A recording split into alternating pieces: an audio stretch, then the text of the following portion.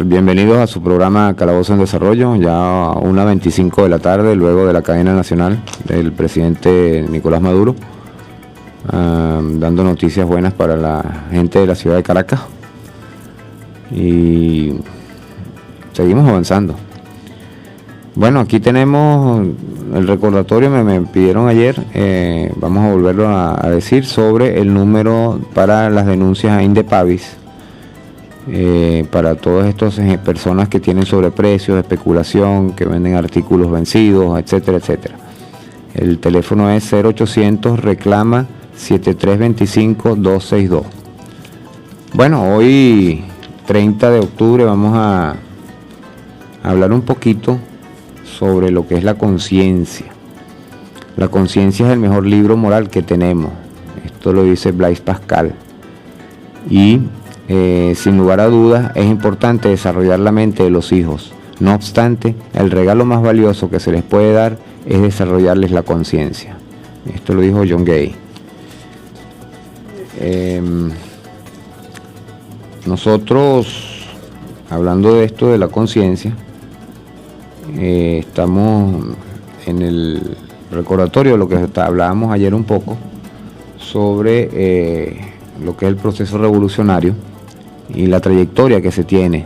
Todos hablan de que no, yo tengo 14 años en la revolución, yo tengo 10 años en la revolución, yo tengo no sé cuántos años en la revolución, pero los revolucionarios verdaderos tienen 60 años en la revolución.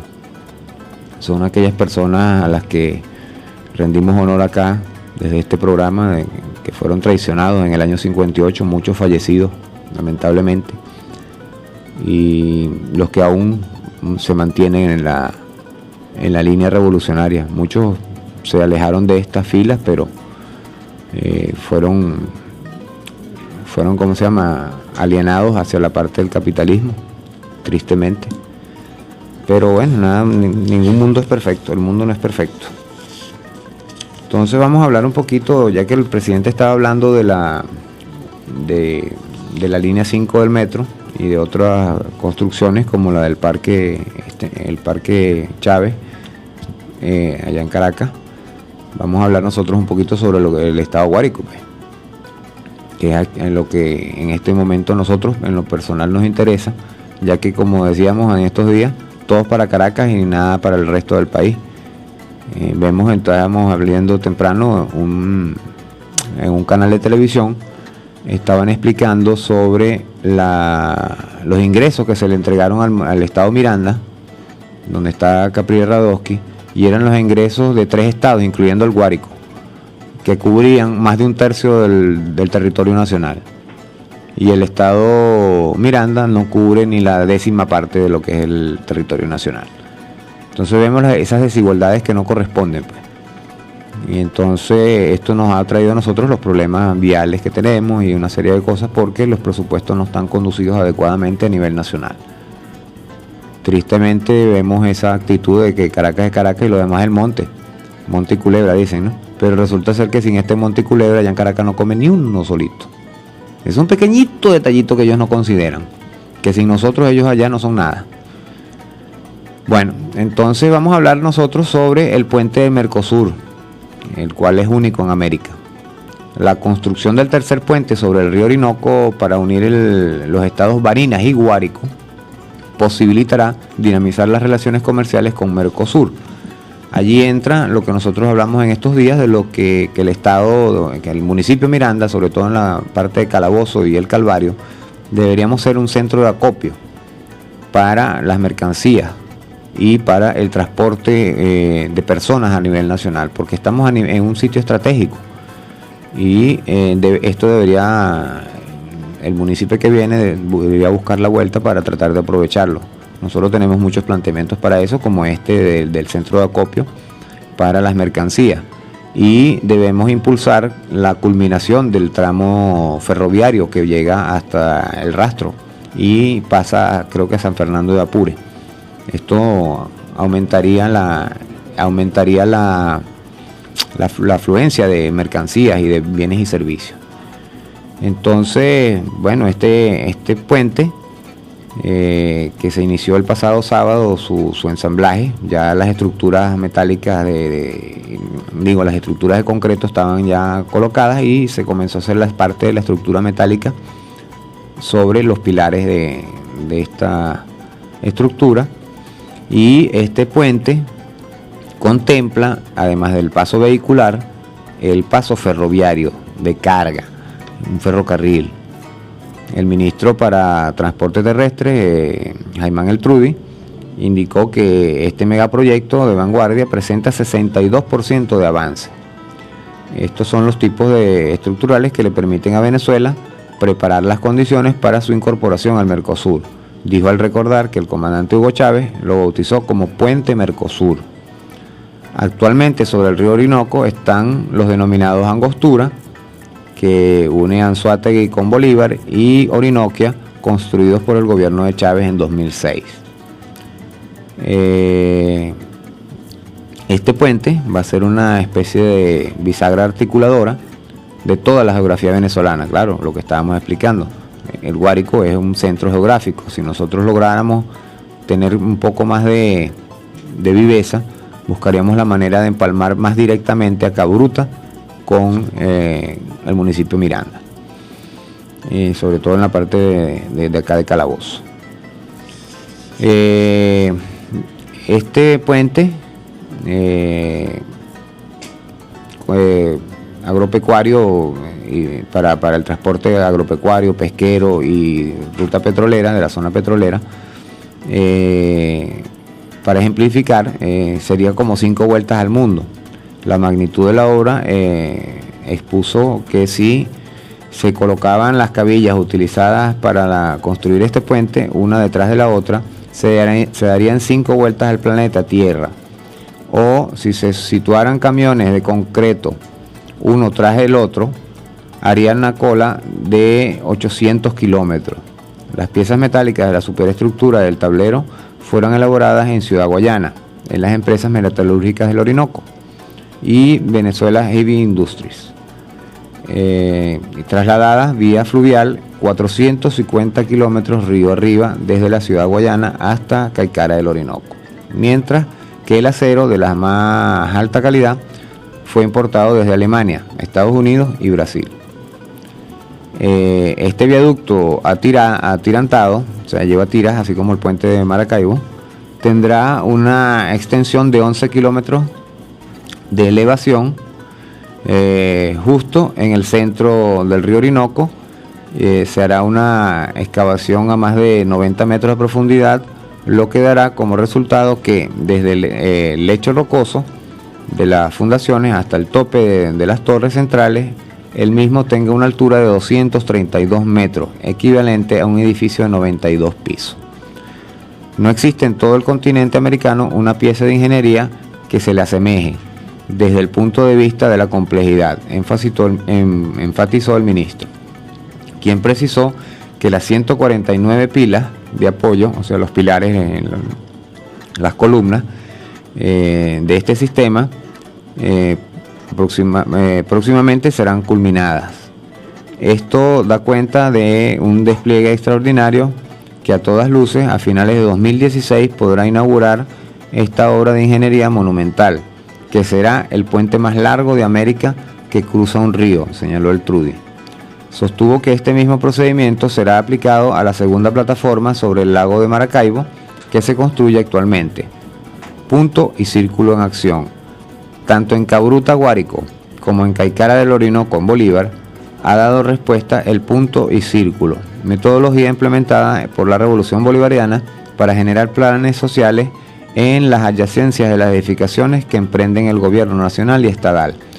Creación de preescolares, escuelas, una granja de pollos y un próximo geriátrico en Caicara del Orinoco dan muestra de este mecanismo, afirmó el señor Francisco Montilla, maestro de obra de Odebrecht, que es la empresa que ejecutora.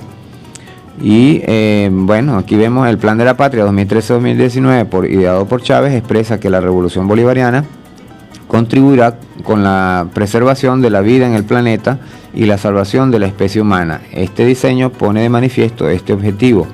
De acuerdo con Montilla, los desechos ferrosos generados por la construcción del tercer puente sobre el río Orinoco son reciclados. Bueno, son cosas que la oposición no dice nunca, sobre todo la oposición a nuestro presidente Hugo Chávez, porque no les interesa que este especial hombre y especial venezolano sea recordado y continúe siendo una ideología que cada día, les aseguro, será mayor. Entonces, bueno, hablando de eso, podemos hablar sobre un temita en particular, que es lo que respecta al libro rojo, que es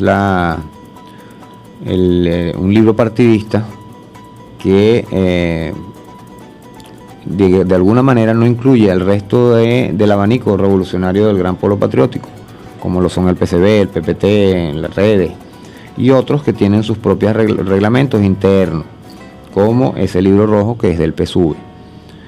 Ahora veamos, este libro es como las leyes nacionales, donde hay un acta de independencia, una constitución nacional y leyes nacionales y constituciones de Estado.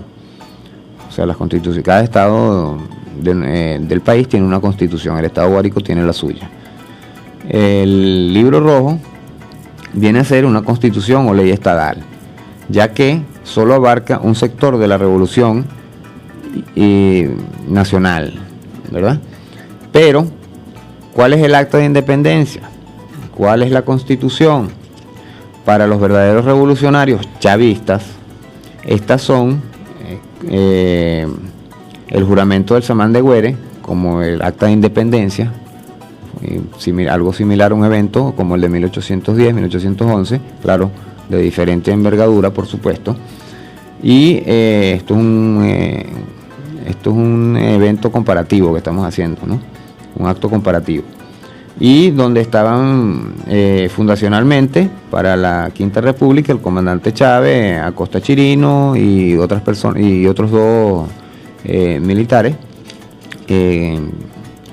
para hacer este acto inicial. Entonces vemos que luego de este acto se ameritaba una constitución. La constitución vendría a ser algo que pocos conocen y se llama el Libro Azul.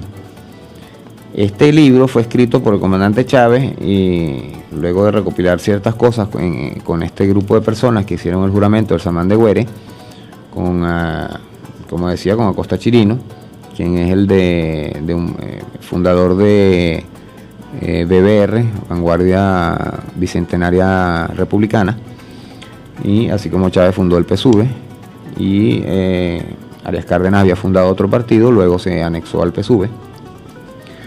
Y así consecutivamente, pues estas cuatro personas hicieron cuatro ramas del proceso revolucionario que después fueron jugando sus piezas de acuerdo al momento del país. Entonces, bueno, esta constitución, como decía, vendría a ser el libro azul, escrito por nuestro comandante Chávez para la fundación del MBR 200. Por eso hoy lo traje el libro para acá. Esto es un librito de unas 26 páginas, 22 páginas, 24 si contamos la carátula y el dorso. Y este libro se basa en los pensamientos robinsonianos o de Simón Rodríguez, los pensamientos bolivarianos y los pensamientos zamoranos. Recuerden que estas fueron las premisas para la refundación de la patria en el proceso hacia la Quinta República, que es la que actual tenemos. Entonces, para esto se habló del árbol de las tres raíces, que de esto se han oído bastante, pero nunca se dice de dónde salió este árbol, que es de este libro azul. Todos hablan, por eso digo, el libro rojo, pero nadie habla del libro azul. Resulta que el libro azul es de mayor envergadura e importancia que el libro rojo, porque este habla a nivel nacional de la estrategia en sí, de lo que era el proceso revolucionario para ese momento que ahora se profundizó un poco con la inclusión del socialismo como del siglo XXI. Pero si leemos acá el libro azul, vemos que la base del socialismo del siglo XXI es lo mismo que está acá en el libro azul, que habla de humanismo, el humanismo de Rodríguez, Bolívar y Zamora. Entonces vemos que esas tres raíces fueron impulsadas en la última década del siglo pasado, y fueron un clamor pues que hacía el venezolano sobre la creación de un proyecto. De esas tres raíces, la primera es la raíz robinsoniana. Para esto se creó un sistema llamado EBR, E de Ezequiel, B de Bolívar y R de Rodríguez o Robinson, como lo prefieran decir. Recuerden que Robinson y Rodríguez eran la misma persona. Lo que pasa es que como era un perseguido político en cierto momento, él cambió de nombre. Entonces vemos que la primera raíz es la robinsoniana, y de aquí nos habla sobre la parte de la creación de la historia latinoamericana. Recordemos que sin Simón Rodríguez, el Libertador a lo mejor no hubiese tomado el camino que tomó, o por lo menos en la manera en que lo hizo, ya que, como decían en estos días, no es bueno ser un profesor, es mejor ser un maestro, y Simón Rodríguez fue un gran maestro, no solo del Libertador, sino de muchas otras personas. La segunda raíz vendría a ser la bolivariana, y la tercera es la zamorana. Estas vienen a ser las tres raíces primordiales, sobre todo en la parte zamorana, cuando habla de tierras y hombres libres, elección popular, y la parte de horror a la oligarquía, que se refiere a la pérdida de estos señores, de esa potestad de poder decidir quién vive, quién muere, cómo vive y cómo muere, de todo el resto de los ciudadanos.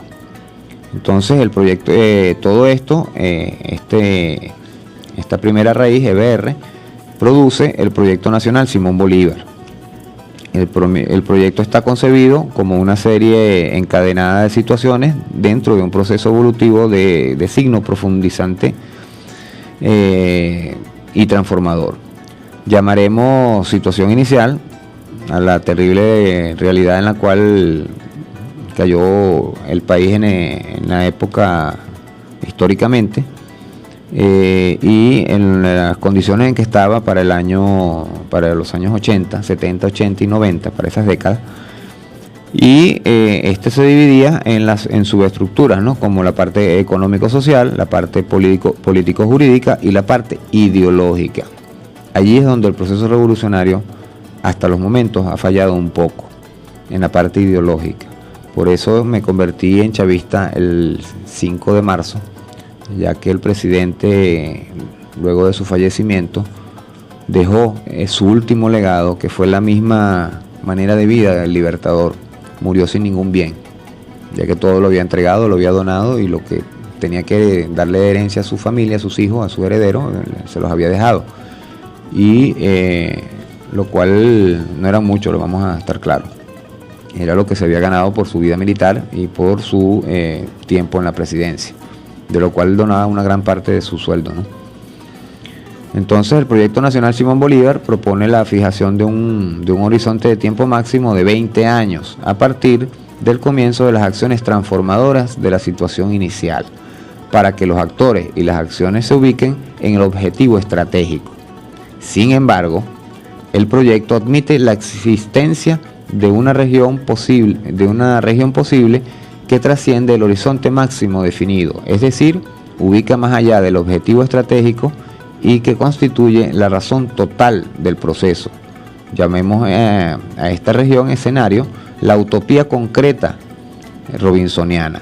Utopía concreta porque es la parte del sueño que puede ser traída a la realidad, alcanzable a la vista de las leyes de transformación situacional. Y robinsoniana porque ya era vislumbrada por el maestro Simón Rodríguez en sus escritos de mediados del siglo pasado, no, del siglo antepasado en este caso. Estoy leyendo acá lo que es el Libro Rojo, ¿no? Y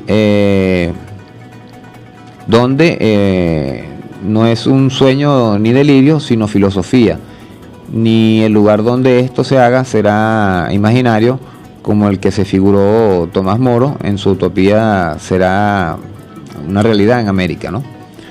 Bueno, entonces la utopía concreta robinsoniana se refiere a la parte donde las sociedades tienden a un modo de existir muy diferente al que han tenido y del que se pretende que tengan. Los hombres de estos últimos tiempos quieren gobernarse por la razón, que es la autoridad de la naturaleza. Razón es figura abstracta de pensar. El maestro definía aquí varias ideas, ¿verdad?, donde resaltan la idea de consultarse es completamente democrática, con una concepción profundamente participativa del término. Para tratar de su bienestar no deben perder consultores ni medios de consultar. Cada hombre excluido del consejo es un voto de menos y un prejuicio, porque hay que pensar en él para que no se ofenda, y por él cuando lo necesitan.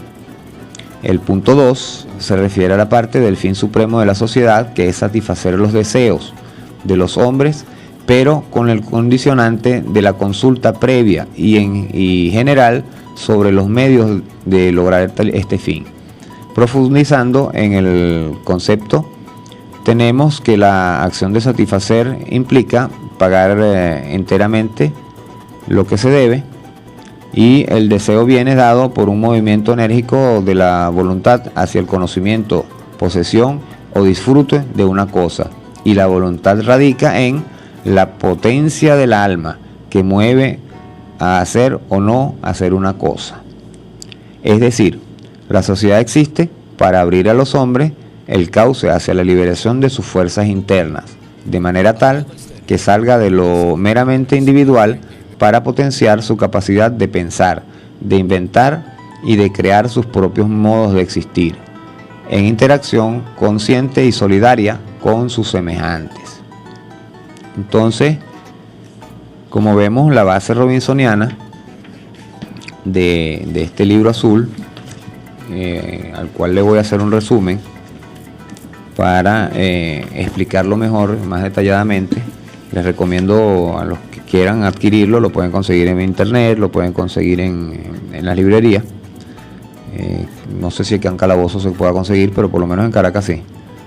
Y es muy interesante porque aquí se fundan las bases de lo que es el plan de la nación. Aquí hay una parte donde habla de los poderes como tal, los ejecutivo, legislativo, judicial, electoral y moral. Ayer estábamos hablando algo de esto, de las penas morales, casualmente. Y el poder moral habla sobre la Fiscalía, la Procuraduría y la Contraloría. Y es bastante interesante este aspecto del libro azul. Vengo a colar esto por lo que expliqué ayer sobre los eventos de las comunas. Mañana va a haber un evento también sobre la parte cultural. Tenemos la visita de un ministro para acá, y ya lo están tratando de utilizar para proselitismo político. Entendemos que el ministro es un actor político, pero lo que se va a hablar allí no es precisamente para eso. Nosotros vamos a hablar de un evento de comunas y desarrollo social. ¿A qué me refiero con esto? Les explico. Artículo 1 de la Ley Orgánica de Consejos Comunales. Disposiciones generales. Artículo 1. La presente ley tiene por objeto regular la constitución, conformación, organización y funcionamiento de los consejos comunales como una instancia de participación para el ejercicio directo de la soberanía popular y su relación con los órganos y entes del poder público para la formulación, ejecución, control y evaluación de las políticas públicas, así como los planes y proyectos vinculados al desarrollo comunitario.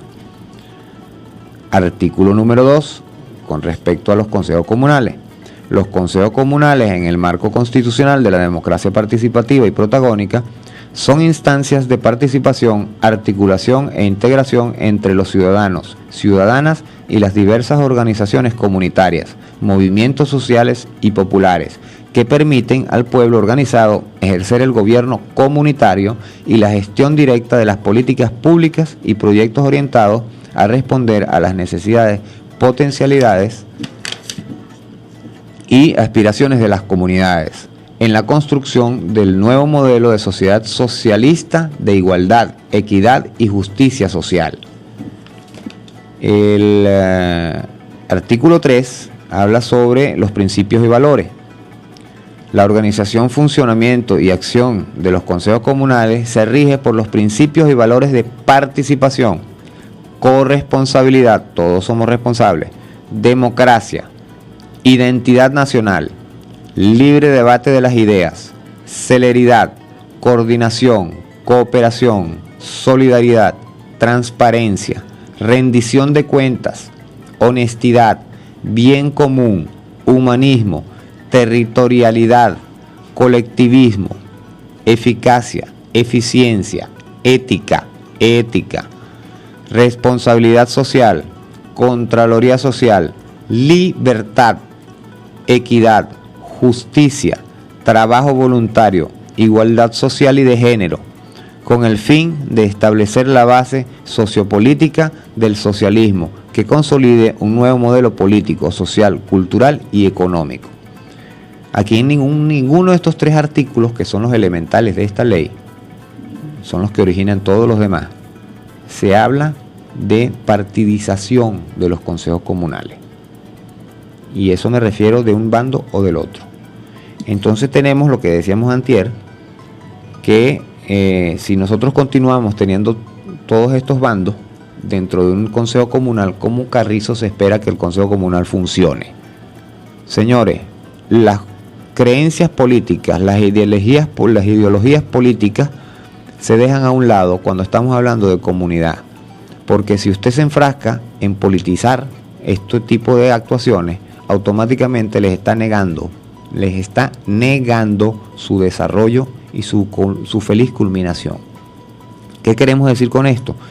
Que si el factor oposición está dentro del consejo comunal y no quiere que estos consejos comunales se den, porque no les interesa lo que le pase a su propio barrio, a la propia acera donde él vive, o a la propia calle, hasta que su mamá, que es una anciana que no ve bien, se caiga, o sus hijos estén jugando y les caiga una guaya de electricidad encima, entonces allí sí se van a preocupar, pero le van a echar la culpa al presidente, entonces, o al gobierno. Y viceversa, si es el gobierno, alguien que está pro el gobierno, entonces hacemos la misma, porque hay que echarle a perder la calle donde está el señor que vive allá, porque es de oposición. Señora, eso no resuelve el problema. Lo decía ayer, cuando tratan de politizar los eventos de las comunas, yo me aparto, porque el presidente llamó a todos a unirnos, a unir esfuerzos, y llamó bastante a la gente de la oposición para que hagamos un trabajo, que quería una oposición que sirviera, una oposición seria. Pero ¿cómo vamos a tener una oposición que sirve y seria si nosotros mismos los alejamos? ¿Cómo hacemos para sumar esfuerzos, para sumar votos, para sumar ideologías, hacer que la gente que cree en la oposición se venga al proceso revolucionario si nosotros automáticamente lo apartamos, si nosotros automáticamente lo amedrentamos? Así no funciona. Allá la oposición que haga lo que le dé la gana. Yo hablo por el proceso revolucionario, que es mi lado, ¿ok? Y de verdad hacemos este llamado porque el evento de mañana ya lo quieren politizar, y eso no tiene nada que ver con la parte de proselitismo político. Para el proselitismo político el ministro va a estar en otro sitio haciendo otra cosa, pero lo que se va a hacer mañana en ese momento donde se me convocó es para otra cosa, ¿ok? se me convocó a mí entre otras personas, ¿no? Por supuesto, no es que eso fue solo a mí, pero me refiero en particular a esto. Me convocaron y de una vez me dijeron para qué era y le dije, bueno, posiblemente no vaya, porque yo no le sirvo de piso político a nadie. Yo quiero hacer un trabajo social y buscaré la manera de irme a la oficina de aquel señor, pero no aparecer por ningún medio. Yo quiero hacer el trabajo para la comunidad y espero que la comunidad me apoye, porque la idea es hacer el trabajo y no estar en campaña política, porque no, eso no es lo que queremos. Bueno, esto es en función del casco histórico, por cierto. Estamos hablando del rescate del casco histórico y entonces alguien lo quiere tomar como, digámoslo así, quiere tomarse el proyecto para sí y utilizarlo como bandera política. Y esto no es un proyecto de una persona, esto es un proyecto de la comunidad. Esto no es para que alguien asuma una posición y se gane unos votos. Bueno, ya llegando hoy al final del programa, que se nos hizo corto por la intervención del presidente en la cadena nacional, desde acá, desde Aliada Estéreo 97.3 FM, bajo la dirección de Jesús España, en los controles José Gregorio Vega y quien les habla Enrique Sturjan. Continuaremos hablando mañana de un tema interesante. Muchas gracias.